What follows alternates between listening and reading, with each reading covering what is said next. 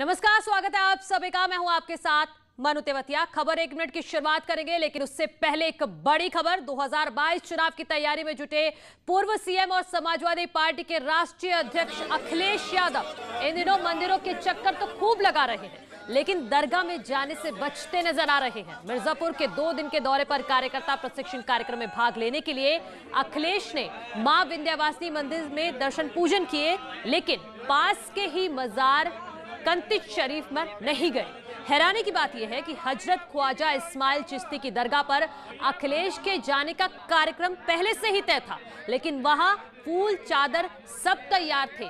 दरगाह पर लोग उनका इंतजार भी करते रहे। कई बार ये कहा गया कि वो आएंगे, लेकिन अखिलेश आखिरकार वहां पर नहीं पहुंचे, जिससे मुस्लिम समाज में काफी निराशा दिखाई दे रही है।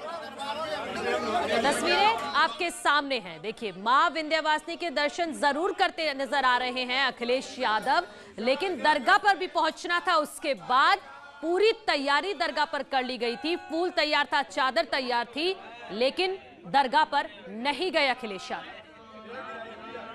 सारी व्यवस्था की गई थी, फूल माला चादर का सब व्यवस्था किया गया था, टेंट लगाया गया था, सारी व्यवस्थाएं की गई थी उनके आगमन के लिए, मगर वो नहीं आए। फ़ोन करके मालूम किया गया उनके पार्टी के लोगों से, तो बताए कि आएंगे, मगर फिर भी नहीं आए। आज फिर फ़ोन कॉल करके मालूम किया गया कि आज भी आएंगे, फिर भी उनका विंध्याचल से निकल के चले गए, नहीं आए यहाँ। तो सारी व्यवस्थाएं यहाँ की गई थी, मगर कोई आए ही नहीं यहाँ। वो आप लोग किए थे, चादर फूल। अब भाई मन में निराशा हो गई। सरकार बुलाएंगे, जिसके दरबार में आए फिर आएंगे। और इसी पर बातचीत करने के लिए कन्नौज से बीजेपी सांसद और यूपी बीजेपी के प्रदेश महामंत्री सुब्रत पाठक जी हमारे साथ जुड़ गए। बहुत स्वागत है आपका। पाठक जी, दरगाह से बचते क्यों नजर आ रहे हैं अखिलेश यादव, क्या कहेंगे आप? बहुत धन्यवाद आपका। देखिए, अखिलेश यादव जी दरगाह से नहीं बच रहे हैं। अखिलेश यादव जी एक्चुअली में वोट बैंक की राजनीति करते हैं।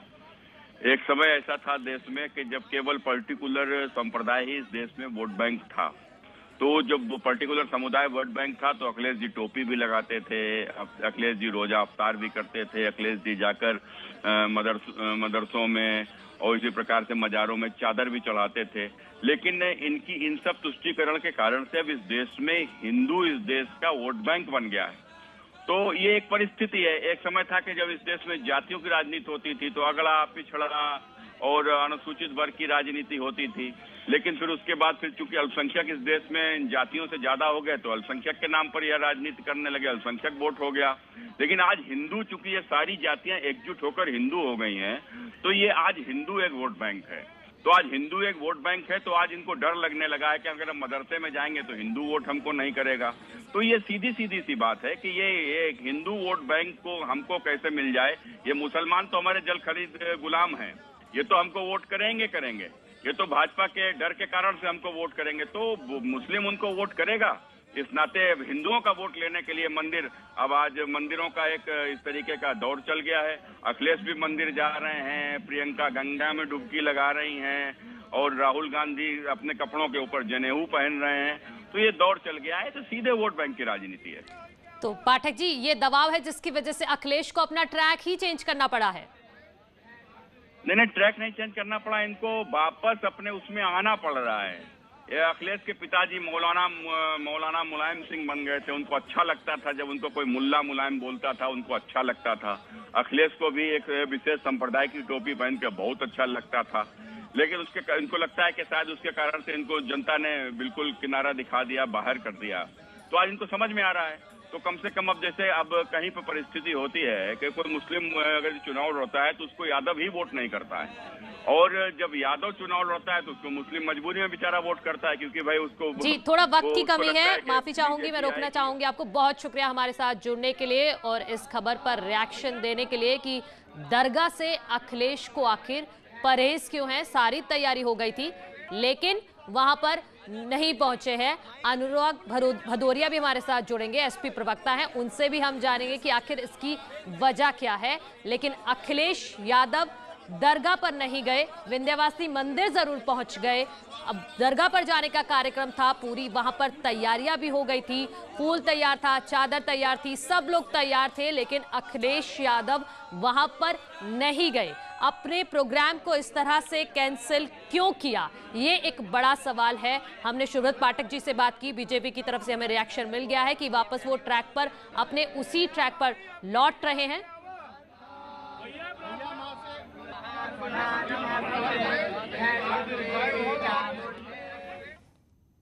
तो फिलहाल ये सिलसिला 2022 के चुनाव तक चलता रहेगा। चलिए अब शुरुआत करते हैं खबर 1 मिनट की।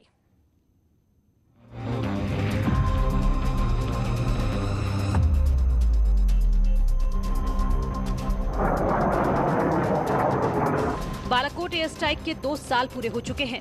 इस मौके पर भारतीय वायुसेना के मुखिया air chief marshal RKS Bhadauria ने बालाकोट हमले में हिस्सा लेने वाले स्क्वाड्रन के पायलटों के साथ उड़ान भरी। उन्होंने खुद भी फाइटर जेट उड़ाया और हवा में फॉर्मेशंस बनाए। इस फॉर्मेशन में बालाकोट एयर स्ट्राइक को अंजाम देने वाले शूरवीर शामिल रहे। इस खास मौके पर एयरफोर्स ने लंबी दूरी तक हमला करने में सक्षम मिसाइलों का न सिर्फ प्रदर्शन किया, बल्कि करीब 100 किलोमीटर दूर जाकर लक्ष्य को ढेर भी किया। इस प्रैक्टिस स्ट्राइक को उन्हीं शूरवीरों ने अंजाम दिया जो बालाकोट एयर स्ट्राइक में शामिल रहे थे। वायुसेना ने वीडियो भी जारी किया जिसमें बताया गया कि कैसे टारगेट सेट करके वायुसेना हमला करती है। वीडियो में वायुसेना प्रमुख RKS भदौरिया का अलग अंदाज भी दिख रहा है, जिसमें वो ग्वालियर से टेक ऑफ करते हैं और राजस्थान में 100 किलोमीटर दूर एक टारगेट को निशाना बनाकर हमला करते हैं।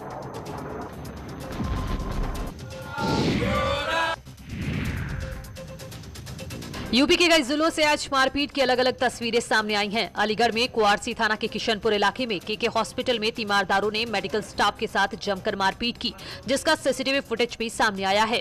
पुलिस की मौजूदगी में काफी देर तक अस्पताल में हंगामा होता रहा। फिलहाल पुलिस ने दोनों पक्षों के लोगों को हिरासत में ले लिया है। वहीं संभल में श्रद्धालुओं के साथ मारपीट की गई है। गुन्नौर थाना क्षेत्र में ये लोग गंगा स्नान करने आए थे।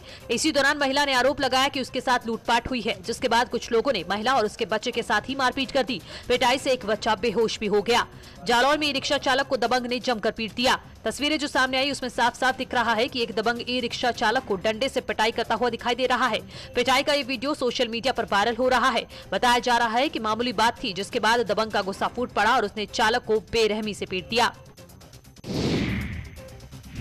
आज संत रविदास की जयंती के मौके पर सीएम योगी ने लखनऊ में महान संत रविदास की प्रतिमा पर माल्यार्पण कर पुष्पांजलि अर्पित की। इस मौके पर उनके साथ कैबिनेट मंत्री डॉक्टर महेंद्र सिंह भी मौजूद रहे। सीएम योगी ने कहा, संत रविदास जयंती सनातन हिंदू धर्म को मजबूत करने का काम कर रही है और पीएम मोदी एक भारत श्रेष्ठ भारत की परिकल्पना को साकार कर रहे हैं। संत रविदास जी ने पूरे जीवन समाज के तमाम प्रकार के रूढ़िवादों और पाखंडों का सामना करते हुए सनातन हिंदू धर्म को मजबूती देने का काम किया है, जो आज हम सब की सुरक्षा और पहचान है। आज से 645 वर्ष पूर्व इस धरती पर एक महान संत का प्राकट्य हुआ था, जिन्होंने काशी की धरती पर जन्म लेकर के भारत की सनातन धर्म की परंपरा को एक नई ऊंचाइयां दी हैं। वो महान संत थे संत रविदास जी। केंद्रीय पेट्रोलियम मंत्री धर्मेंद्र प्रधान भी आज संत रविदास जयंती के मौके पर वाराणसी में रविदास जी के जन्मस्थल पहुंचे और उनका दर्शन पूजन किया। इस मौके पर धर्मेंद्र प्रधान ने मीडिया से बात भी की। पेट्रोलियम मंत्री ने कहा कि मैं पीएम मोदी का प्रतिनिधि बनकर उनका संदेश लेकर आशीर्वाद प्राप्त करने आया हूं। धर्मेंद्र प्रधान ने कहा कि मंदिर के लोगों का संदेश भी पीएम तक पहुंचाएंगे। और जब उनसे कांग्रेस की राष्ट्रीय महासचिव प्रियंका गांधी और समाजवादी पार्टी के राष्ट्रीय अध्यक्ष अखिलेश यादव के वाराणसी आने पर सवाल किया गया, तो उन्होंने कहा कि हर किसी को संतों की शरण में जाना चाहिए। संत की शरण में भारत की सारे प्रबुद्ध जनों को जानी चाहिए। ये अच्छी बात है, सभी लोग संत की शरण में आते हैं। और रविदास जी तो भारतीयता का, भाईचारा का, प्रेम का, सौहार्द का जीता जागता एक विचार छोड़ के गए हैं। समाज की सभी लोग उसमें आनी चाहिए, समर्पित होनी चाहिए। आज संत रविदास जयंती के मौके पर कांग्रेस महासचिव प्रियंका गांधी वाराणसी पहुंची, जहां उन्होंने सीर गोवर्धन स्थित संत रविदास मंदिर पहुंचकर संत रविदास के चरणों में मत्था टेका। इस मौके पर प्रियंका गांधी वाड्रा ने कहा, आज यहां आकर धन्य हो गई। प्रियंका ने कहा कि गुरुदेव ने जिस समाज की परिकल्पना की थी, वैसी ही राजनीति में भी होना चाहिए। इसके बाद उन्होंने लंगर में बैठकर प्रसाद भी ग्रहण किया। प्रियंका गांधी सुबह वाराणसी हवाई अड्डे पर पहुंची, जहां पार्टी प्रदेश अध्यक्ष अजय सिंह लल्लू समेत तमाम वरिष्ठ नेताओं ने उनका स्वागत किया। बता दें कि अगले साल उत्तर प्रदेश में विधानसभा चुनाव होने हैं, जिसको लेकर प्रियंका लगातार उत्तर प्रदेश का दौरा कर रही हैं। क्योंकि सच्चा धर्म हमेशा सरल होता है। उसमें कोई राजनीति नहीं होती, कोई भेदभाव नहीं होता, किसी का संप्रदाय नहीं देखा जाता, किसी की जात नहीं देखी जाती, सिर्फ इंसानियत देखी जाती है। संत रविदास जयंती के मौके पर चुनावी घमासान भी देखने को मिल रहा है। जहां एक तरफ प्रियंका गांधी ने वाराणसी का दौरा किया, तो वहीं समाजवादी पार्टी के अध्यक्ष अखिलेश यादव भी आज वाराणसी के संत रविदास मंदिर पहुंचे, जहां उन्होंने संत रविदास मंदिर में दर्शन किए। इसके बाद अखिलेश यादव ने एक प्रेस कॉन्फ्रेंस भी की, जिसमें उन्होंने सरकार पर जमकर निशाना साधा। अखिलेश ने कहा, अर्थव्यवस्था लगातार गिर रही है, लेकिन सरकार कुछ नहीं कर रही। इसके अलावा अखिलेश यादव ने सरकार पर सपा की योजनाओं को चोरी करने का आरोप भी लगाया। वहीं इस मौके पर अखिलेश यादव ने सरकार से MSP के लिए एक मिस कॉल नंबर भी जारी करने की मांग की कि कम से कम किसानों के लिए वो मिस्ड कॉल नंबर जारी करें जिसपे उन्हें MSP मिल जाएगी, और वो MSP जिसमें उनकी आय दोगुनी हो जाएगी। आने वाले समय में समाजवादी पार्टी ने तय किया है कि समाजवादी पार्टी बड़ी पार्टियों से गठबंधन नहीं करेगी, छोटे पार्टियों के साथ गुंजाइश समाजवादी पार्टी रखेगी। ब्रेक के बाद स्वागत है आप सभी का।